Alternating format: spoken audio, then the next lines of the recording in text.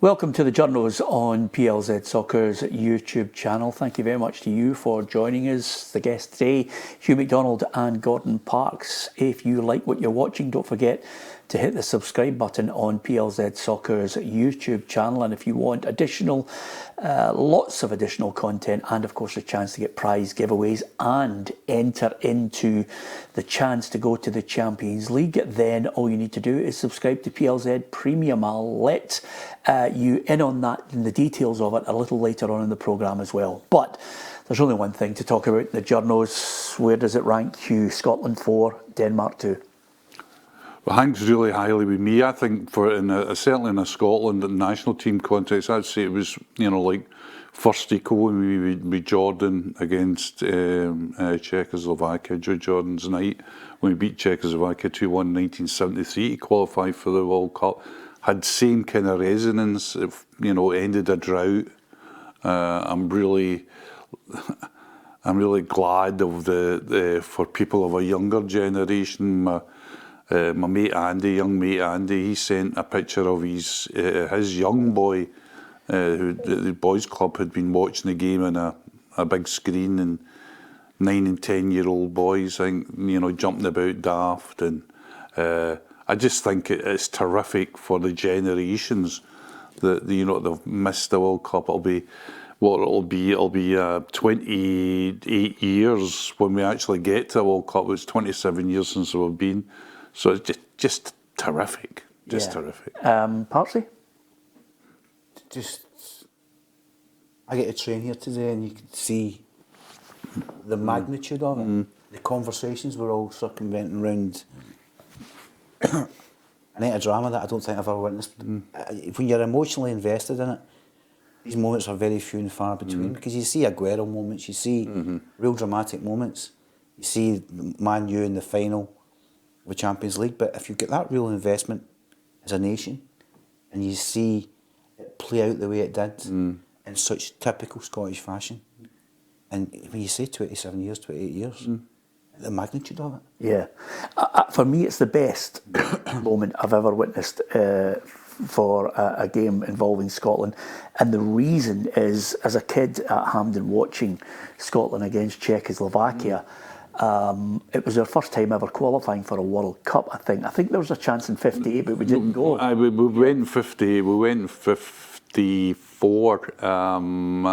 Did we go? I think we went in 58. No, we went in 58 because we got thrashed by Uruguay in 58. So the gap had been, it was a 15-year or 16-year gap by the time the World Cup comes around. This is almost double that, but it was a big gap. The reason why I think it's the best performance for me ever in a Scotland jersey is because in 1973 the team was rippling with quality. It had, it had Willie Morgan, it had Danny McGrain, it had Sandy Jardine, it had Jim Holton, it had Joe Jordan, Dennis Law, Kenny came on, Kenny as well. So you had players of a standing, whereas this one you had players who, they're workmanlike. They are a team with tremendous spirit. And they have a manager who basically had them eating out of the palm of his hand when he delivered what can only be described, and I'm loath to suggest it's a Churchillian speech, because it's not. It is. I'm not even going to suggest anything from Braveheart. I'm just going to suggest to you that it is something that just literally lifted a Scottish nation. If you can think of a speech from anybody who's a Scottish great, he must have said something similar to inspire these guys, because they all alluded to it in the post-match interviews. And when you look at that side, and at times I thought to myself, the only thing that was running through my head constantly, Hugh, was we can't go a goal behind because we're sitting in, we're defending deep, we can't change tactics immediately. And that was the one thing that was my fear. Well, the great line yesterday was from John McGinn after the game. He said, we were rubbish. And I might not go that far, but they were very poor. And we have lamented. I'm 70 years old, so I've lamented down the years, you know, things going this way and that. This has been the most spectacular group stage that I've ever seen, because there is a case that we should have been beaten twice by Denmark. There's a case for that. Yep. There's a case we should have been beaten twice by Greece. See when you your scenarios, right, where, and you have to give credit to the team spirit. When your stars align, like they did last night. Grasp it. When they're sending off, which was never a sending off, of course, you're starting to feel, and then when you go ahead so late, and then they peg you level, stars are still aligning because you've still got that team ethic, that spirit, that wee bit extra that other teams, it's a bit of magic, that. Yeah. And it's generated over a period of time. But it's all too rare, that sprinkling of gold dust, because the mentality possibly of a lot of people, because we've witnessed so many disappointments, the mentality must have been at some point, they've got us again, we're done. Well, that's what stuck did you me. think? That stuck me, aye. Would you beat? Oh, I looked at it and I thought, you know, at one point we couldn't get in their half. So I'm automatically thinking, see when we're looking and he's saying it's 6 minutes of injury time, I'm thinking, you know, where are we going to create something here? It's got to be a set piece. You know, what are we going to do here to suddenly create something out of nothing? And I couldn't see it. And whereas lots of people around, you know, maybe had that come on one last chance, I couldn't see it because I never saw it coming for Kieran Tierney. Let's be honest. Another moment of magic. Yeah. Well, you look at the likelihood. I mean, we don't talk about XGs too much in this goal show, but look at the likelihood of the goals. The first one isn't a chance even. You know, it gets chipped into the box. Lack of pace. Guy does right. Gannon Doak does right. He just gets it in the box. See what happens. The guy not only does an overhead kick, but when you see the athleticism to get up that high and then to strike it pure, I mean, you say incredible. Tierney's goal, if when you see it in slow, it looked damn good in real life. Yeah. Well, you see to execute that overhead kick, right? That's 1 out of every 100 you do in training. Well, it's a Ronaldo, it's a Gareth Bale. Kieran Tierney's finish is 1 out of 30 that you do in training, and Kenny McLean. is for me. It's a rare. All those things occur. And I watched CNN last night, and it was global news, and they were saying about how extraordinary the night was at Hampden, and you felt a pride because you know what Hampden's capable of, but it hasn't been delivering for decades. Yeah. The one thing I don't know, and again, this is down to our Scottish mentality, but when he scores the goal, the overhead kick to start us off, 3 minutes in, when he scores the goal, when he hits the ball, I'm thinking, oh, he's tried an overhead kick, it's going to go past. And it goes in, and the noise is unbelievable. But the only thing running through my head at that point is 87 minutes to that's go. exactly Are we going to defend this? How can we defend for 87 minutes? And boy, see by the time he scored the goal, just slowly but surely from that moment on, Hugh, they totally dominated. There was I mean, I agree that the sending off turned the game. But even when they were down to 10 men for a period, they were out passing us. I mean, it shouldn't be forgotten. I mean, I think it's great to forget everything and just say, listen, we're through, we're blah, blah, blah. But sober heads will have to prevail in the lead up when we're talking about, that can wait. We can just bask. And I mean, it's funny, people, last night after the game and all that, you're in the house and you're making a cup of tea, then you're checking all the groups to see who's getting into the playoffs, and you go, well, man, that doesn't matter. Let them have the playoffs. Yeah. You're thinking. That was it. It was exhausting. Isn't it? Yes. And it is exhausting. I was watching Scotland, but you're right. After the game, to compute We're there. the instantaneous nature of qualification, well, there's no more Ifs and stomach churning encounters to. The one thing I would say, and listen, I'm not saying it as if we should all show tremendous sympathy towards them, but can you imagine the Danes getting on the plane because they had it in the bag? All they had to do was defeat Belarus, you know, and they blew it. And then they go into a game where they are technically better, players playing at a higher standard, and suddenly, again... Win every right start. You say that, right? They just needed a draw. You say that, and I've got no sympathy because Steve Clarke's mantra for weeks and months now has been put points on the board, it's points that take you through. And Hugh's right, for once just embrace good fortune.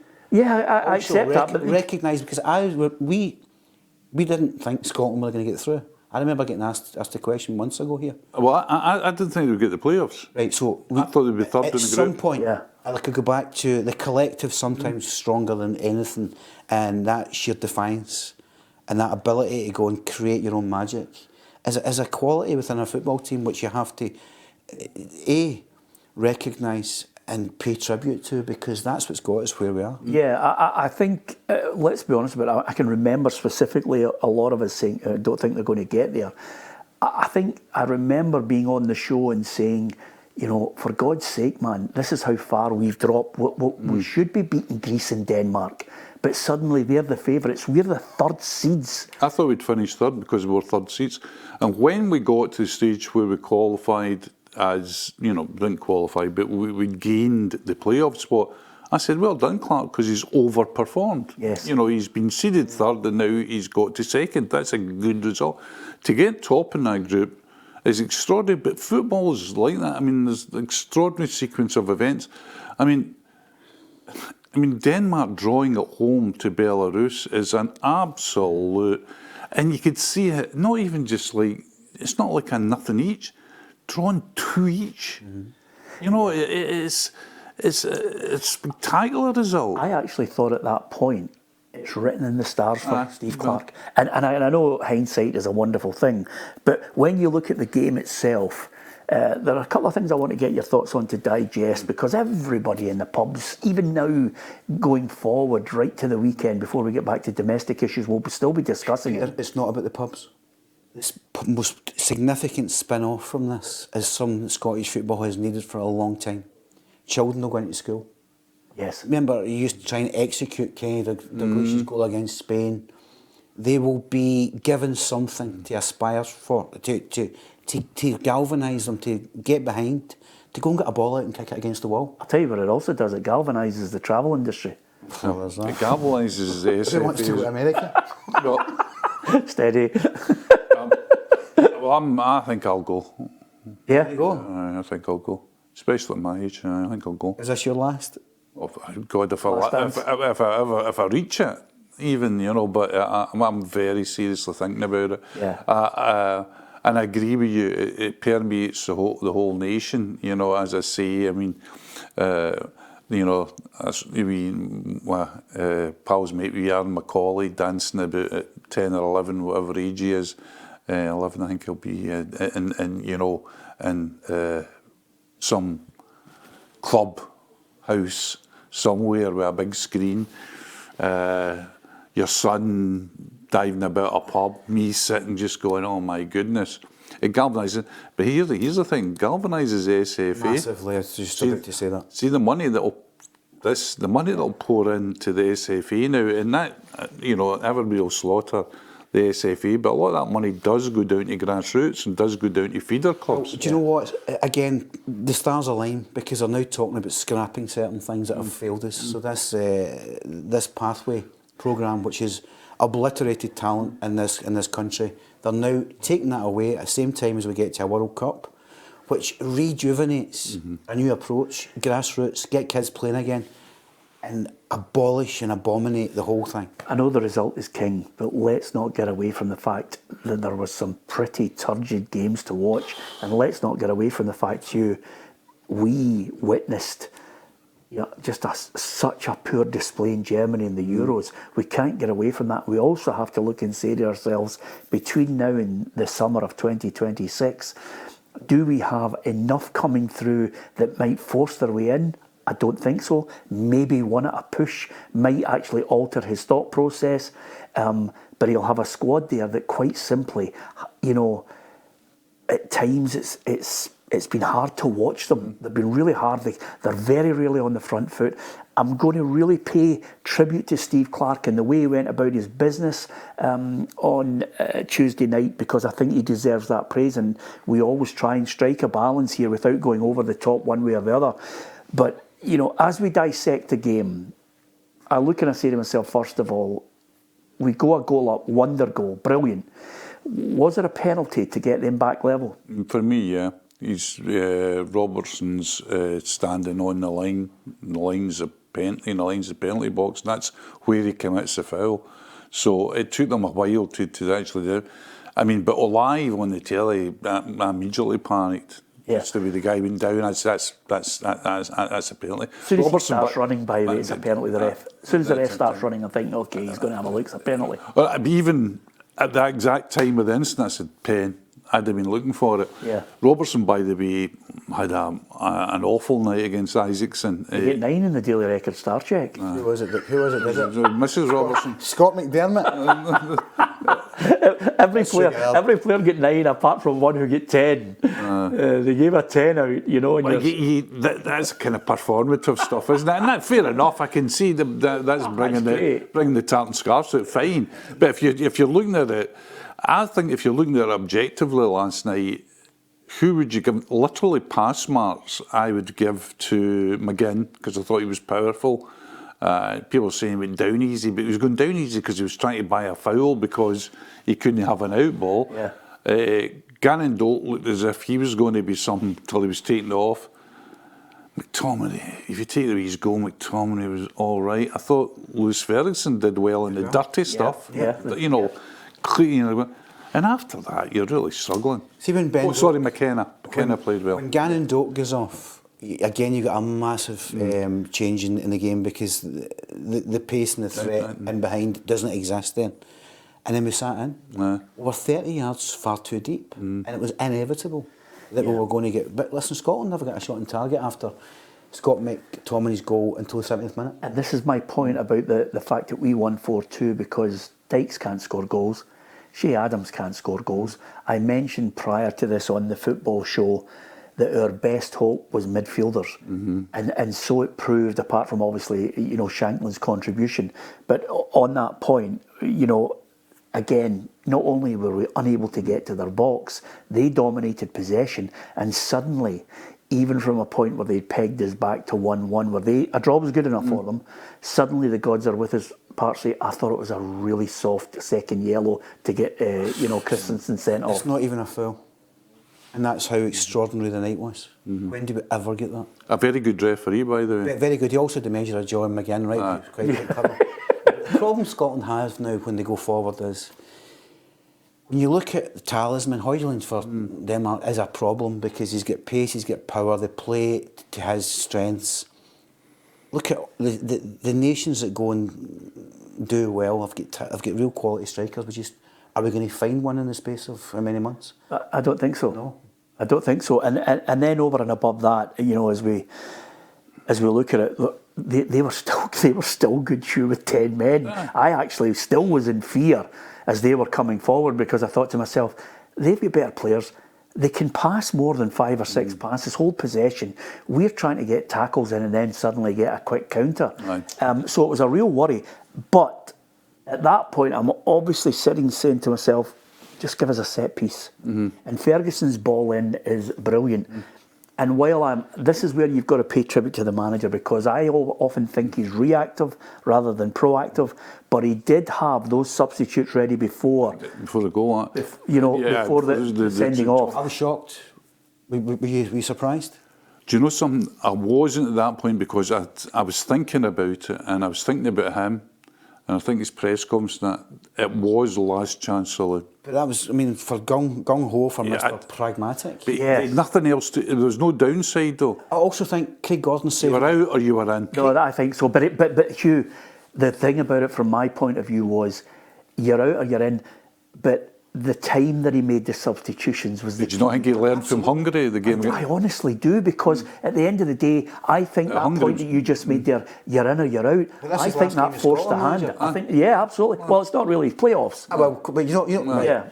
I think Craig Gordon's near post save. It's good, excellent. It's something that will get forgotten about. But again, if I'm on that plane home with my tail between my legs as a Danish player, the amount of possession they had and the final ball was poor. Aye. They didn't cut you the way. And they shot for distance an awful lot, I felt. Awful, and encourages the fans again. They're better than us, but they weren't a great side. No, they weren't. They were better than us. They were better than us. So you're suddenly in a situation where we roll on. We've managed to get a man advantage, and then suddenly you start to believe, because Shanklin scores from a yard out, because that substitution suddenly pays dividends.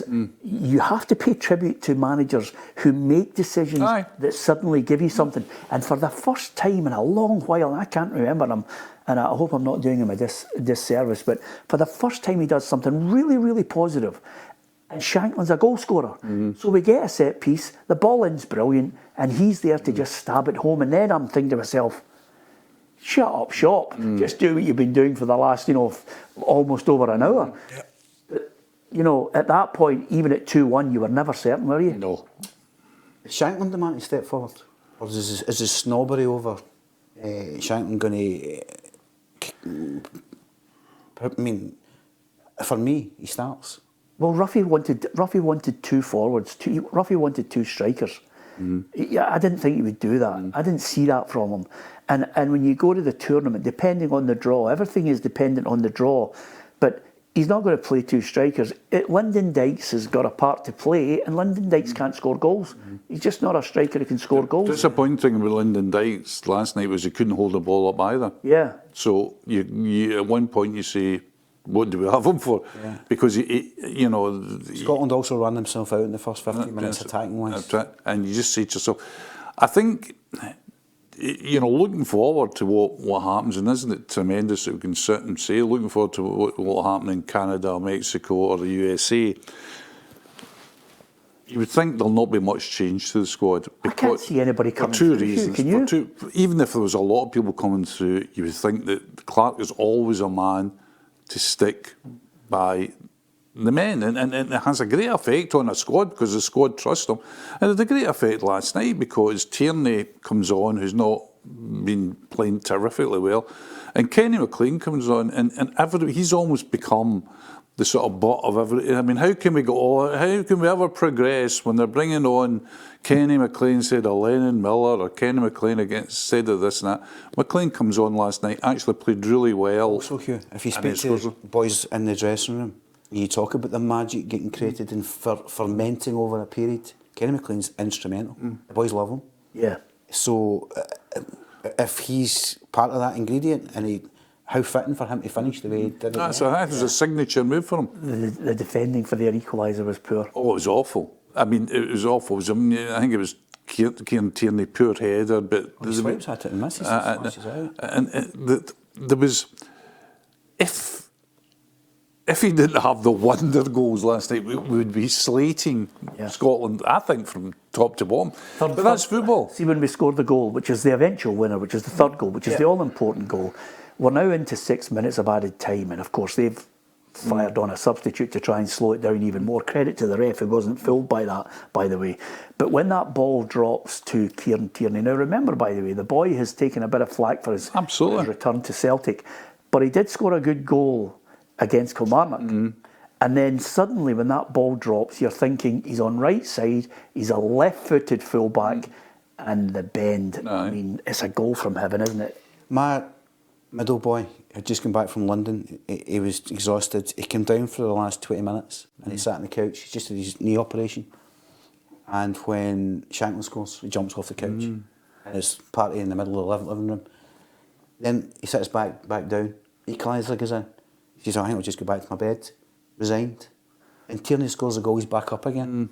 And then the golden moment at the end. Yeah. These are memories that you'll remember where you were when this game happened. I mean, that is, and especially, generations, we can't, certainly I can't gauge how much it means to people, because I had a period in my life where we almost not, we didn't automatically qualify, but qualification was taken almost as something we should expect. Yes. What you've had now, you've got generations who, anybody from, say, middle 30s down, this is what we're going to a World Cup. Yeah. So this has a seismic effect on you. I think because football games do that to you, because it's about more than football. This morning on that train, every wee four-ball sitting, guys talking and all that, it was all about the game. Yeah. And by the way, the other good thing I need to point out, which is so rare for us, is you talked about it. I thought you were right, Hugh, to highlight the Kenny McLean factor, because people are thinking, what's coming off the bench that could make a fundamental difference? You're not thinking Kenny McLean. No. And by the way, can I also say that Kenny McLean scored a beautiful goal with his right foot, that won the game for us in Norway, which was fantastic. It was a lovely moment for him and his family. Last night, equally so, because he comes off, as many of the players did, he comes off into the crowd with his family, as if to say, Dad scored a screamer. See, at the halfway line part, I don't know about you, but I mean, you could hear actually some of the co-commentators shoot. But to execute that, I mean, the only guy that I know that could regularly execute that, who's a Scot, is Charlie Adam. Thanks very much. That's it. And Gordon Parks. Yeah, but also... Oh, Charlie. Charlie Adam. Yeah. And who else did you say? I said Charlie Adams. Yeah, Charlie Adam. Charlie Adam did it against Courtois, one of the best goalkeepers. Charlie Adam did it, I think he's done it for Rangers, I think he's done it for St Mirren, Blackpool. Famously did it for Stoke City. Yeah, against Courtois at Chelsea. But it was almost like a volley. It was like a volley, he just fired it. It was also 10 yards inside his own half. It was also, as a Hollywood script goes, overkill. It was too much, almost, wasn't it? It was like more. 3 world-class goals in a game to win it. But the interesting thing as well, when you're talking about Scotland squad, is you said that they're celebrating it with their families and their kids. And that gives you an idea of the age of the squad. Yeah. There's a lot of them. There's a lot of older guys there. A lot of older guys and listen, by the way, can I tell you something? You talked about loyalty, Hugh. Steve Clarke's been tremendously loyal. He's sticking by those players. This is their last dance. Absolutely. So go and enjoy it. We're going to back you. I'm going to talk about something that I don't want to happen when we go over there, whether it's Mexico, Canada, or the USA. But we very rarely do this in the Journos, but I think it's well worthy of hearing from the Scotland manager after the win. Yeah, tonight it feels pretty special. You want me to go through the boring one and say, this? No, this is the best feeling. This is the best feeling. I've waited a long time. I've spoken to you before about how much I want to go to a World Cup with my country. I had a chance as a player. It passed me by for various reasons. We had the chance against Ukraine. It passed us by. And suddenly you start to think, might be the last one, might be the last chance. But it's not. We're there. So yeah, fantastic moment. I feel good. Feel great. And I think now is a perfect point to say a couple of things about Steve Clarke. We've all known that he's a thoroughly decent man, long before he got the Scotland job. Yep. And standing up for a number of things he was critical about, the poison that affects our nation, especially in the west of Scotland with sectarianism. But I think as a manager, there are times when I've watched him and he's been overly cautious, and some of the games have been hard to watch with Scotland. But this time around, and I mentioned this prior to the game, when he gets there, his remit was get us to a major tournament. He's managed it twice. Then last night he manages it for a third time, and he deserves tremendous credit.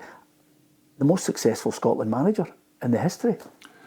Yeah, you could say that, although the way that the qualification is set up, particularly for the Euros, is it's pretty easy to qualify. Yeah, the last one was. The one before as well. I mean, when you take into what I did, people always come up with this myth, if Scotland were so good in the 1960s, how did they not qualify for the World Cup?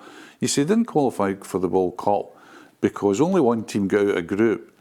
And Scotland lost a playoff in '62 to the Czech Republic, or Czechoslovakia. They got to the final. In '65-66, they lost to Italy. In '69-70, they lost to West Germany. There was no playoffs. That was you were just out. Yeah. The expansion of the World Cup and the Euros makes it easier. It just does. You still have to get there, though. You still have to get, and in this case, he gets there to win in the group. So, yeah, I still think he's up there in the conversation. Yep. I still think probably one of the most significant Scotland managers of all time is the Andy Roxburgh, Craig Brown axis. Yeah. Because they changed the whole template of Scottish football without having the talent like that a Jock Stein would have had before them. Yes. So they still are very highly ranked for me. Remember, we can look at this too, but I thought Clark should have been sacked after the Euros.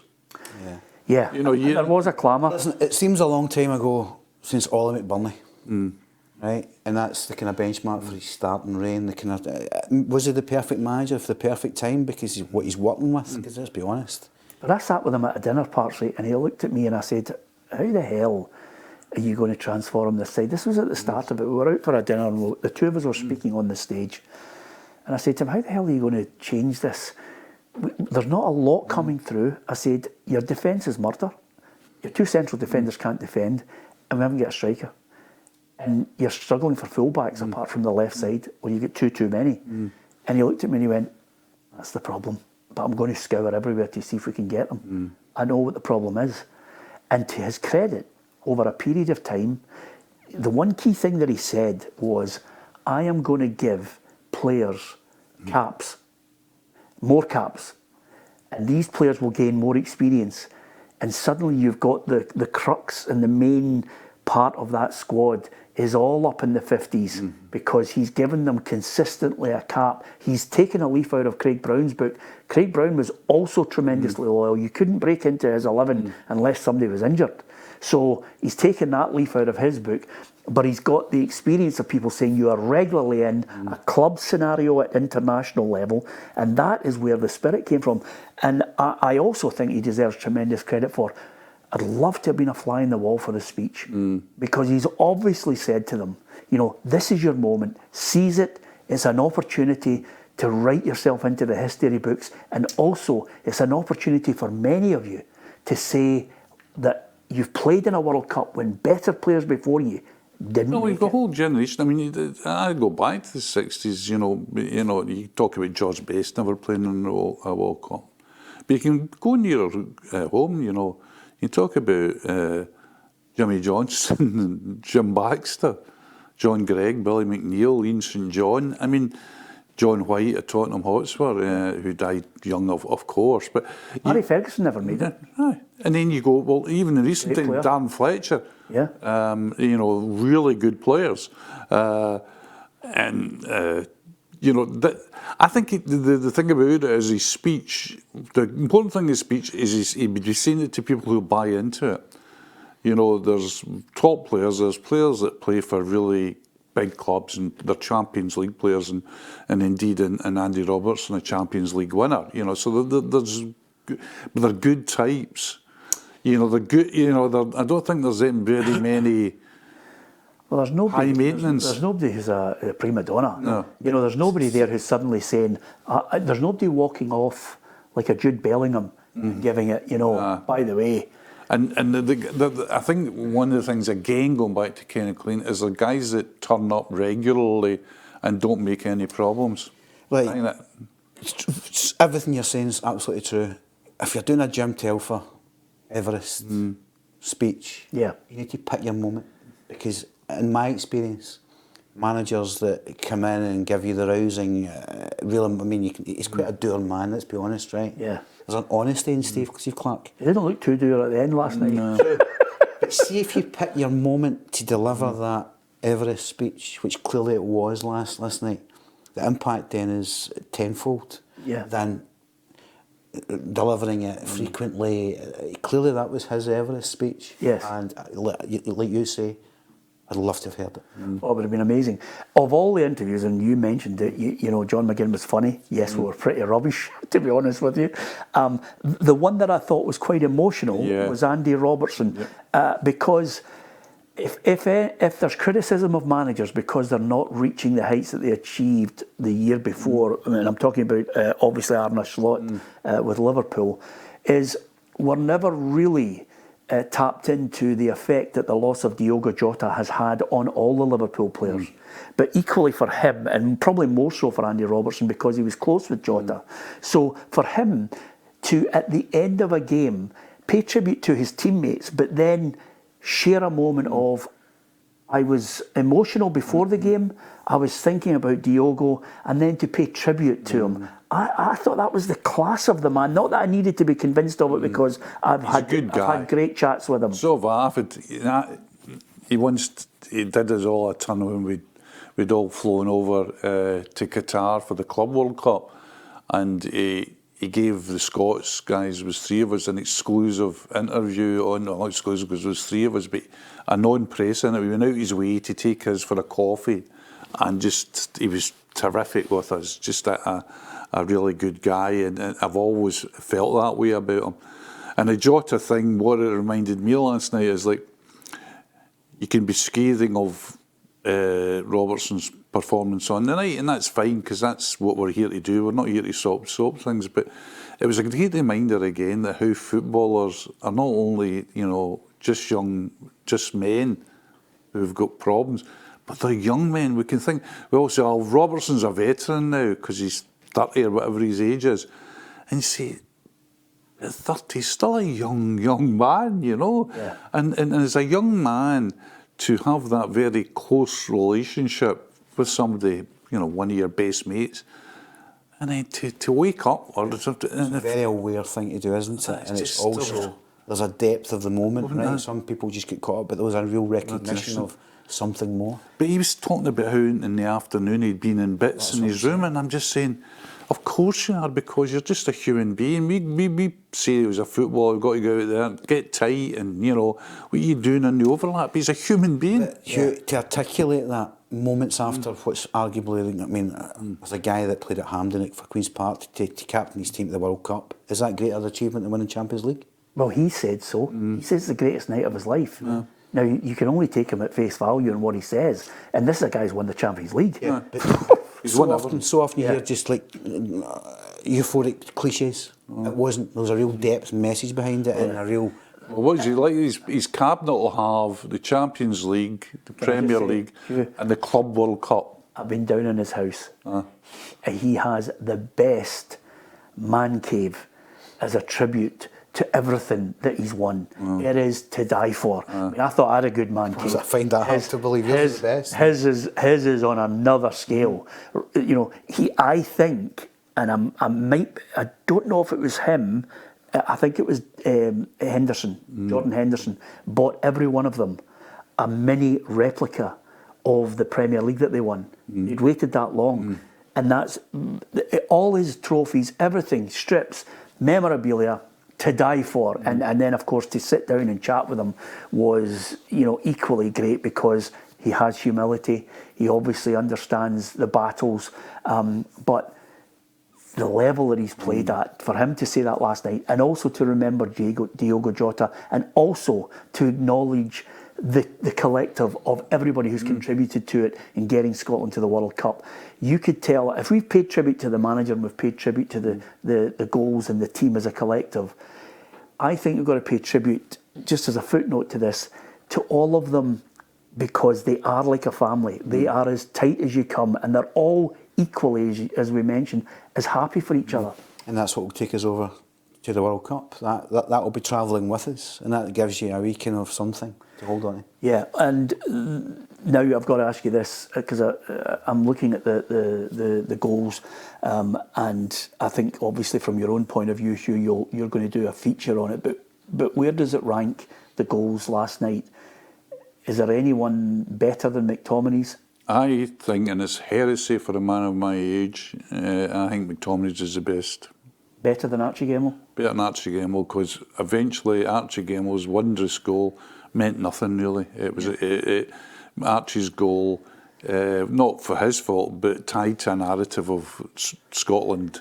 The old cliche about dragging defeat from the jaws of victory. It was a goal that just actually rubbed salt into our wounds about, you know, how we should beating the second best team in the world that night. And even Holland were, the Netherlands were very unlucky not to win the World Cup. That they were a post away from it, Yeah. and to beat them, and that McTominay's goal meant something. Is that your criteria?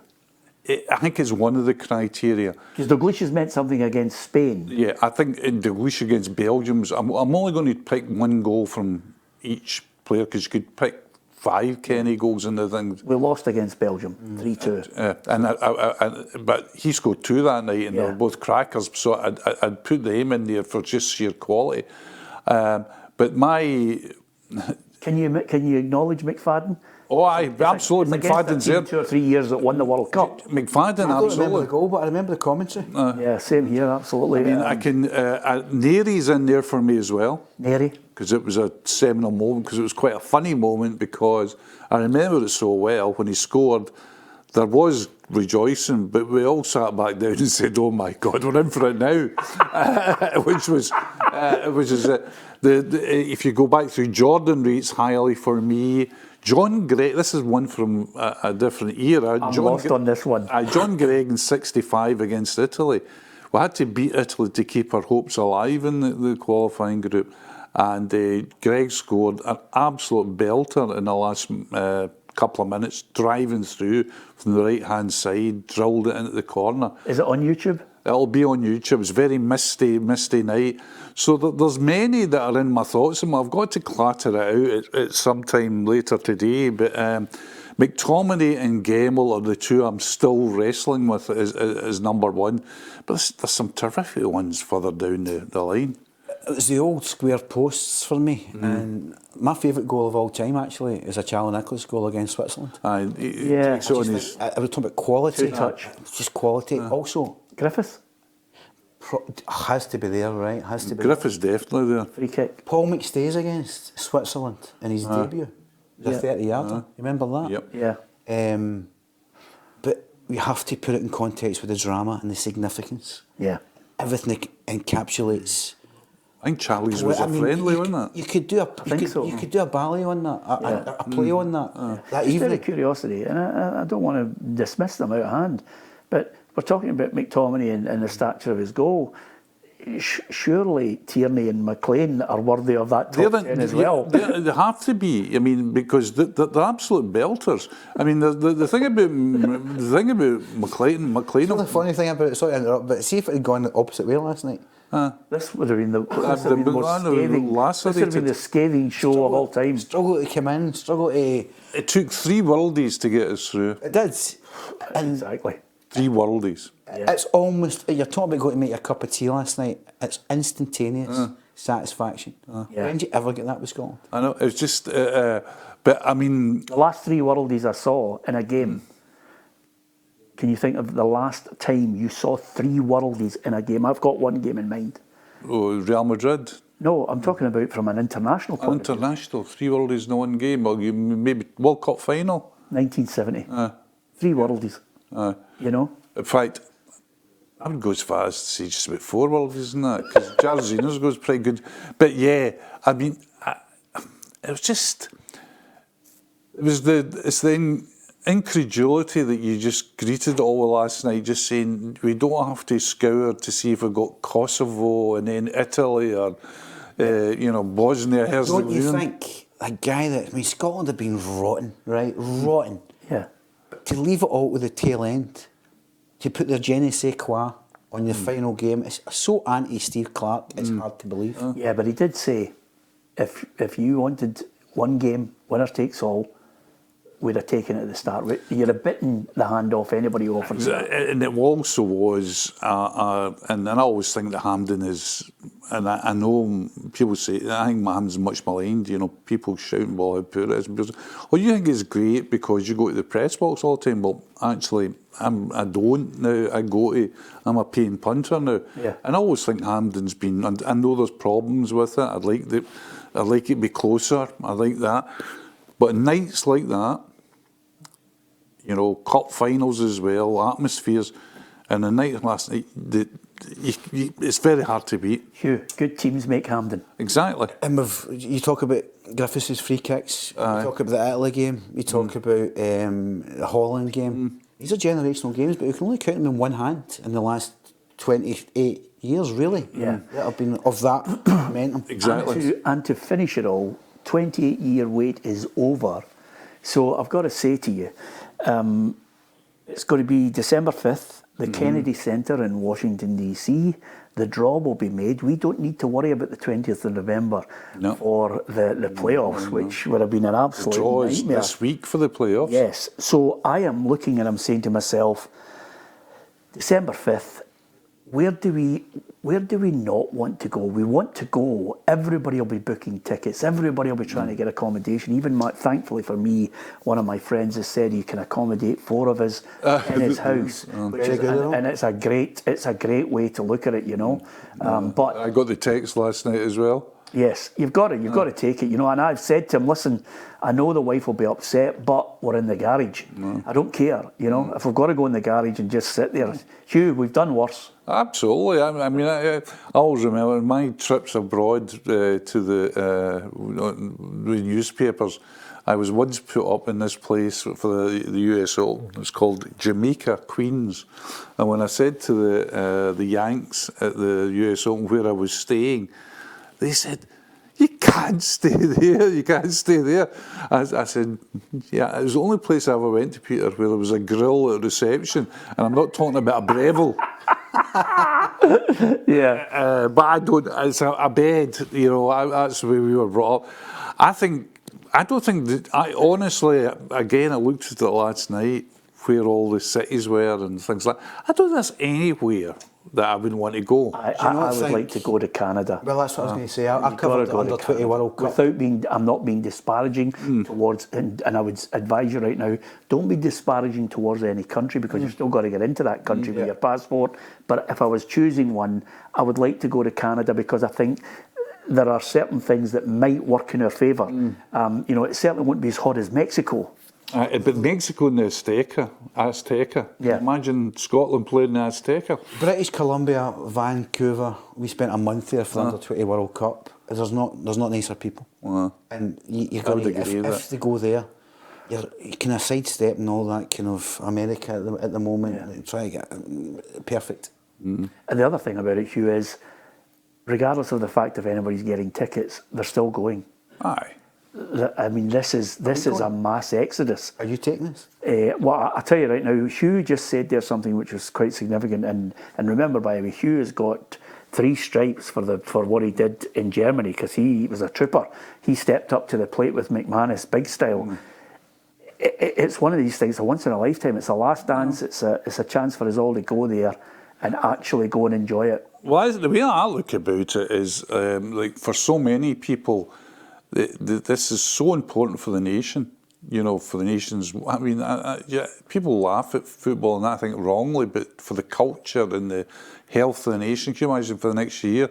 Imagine what it does to the league, because we're very sure that there's only maybe 2 or 3 places up in the squad. One of them plays for Hibs, doesn't he? Well, there's Bowie's going to be at it. I mean, when you look at people like Connor Barron at Rangers, who's on the fringes, is he going to have a real go? Lennon Miller is finding it kind of tough in Italy. He's got to go again.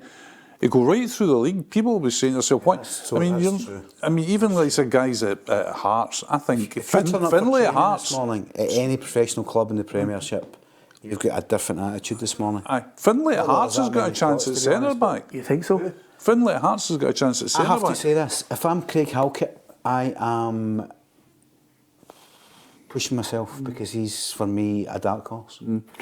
And it all depends on injuries as well. I hope we've got a dark horse at centre half. I genuinely do. We need a dark horse at centre half. But I thought McKenna was very good last night. Yes, I thought he was, and you've got to pay credit to him.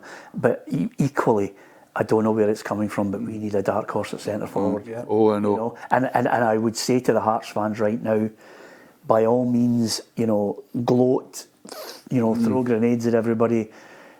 Shanklin deserves to be on that plane, and he's got to be an option.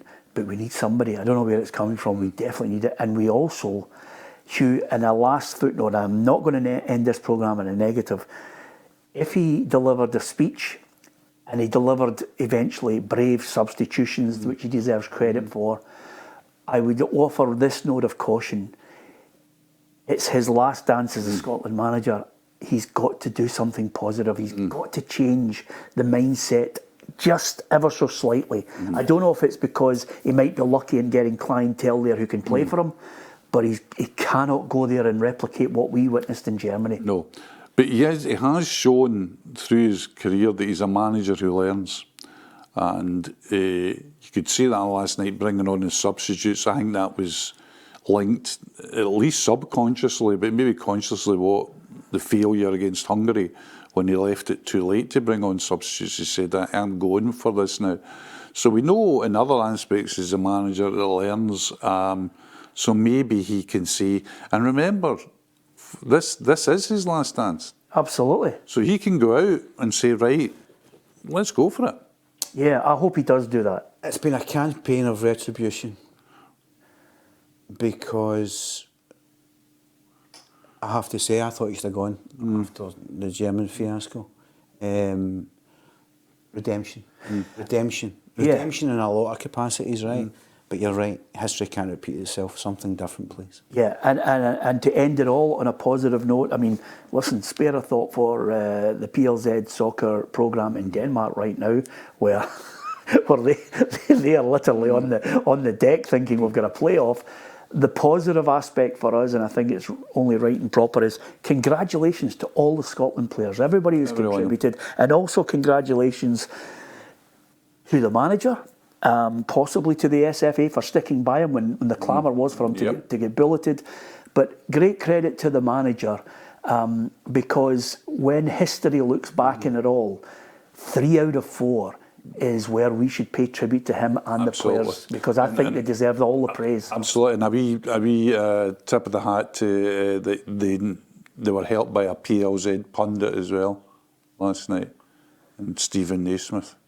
Yes, yeah, it's a good point. So PLZ gave it a wee shove over the line. Yeah, and PLZ did Leanne Crichton there as well. There's a few, Hugh.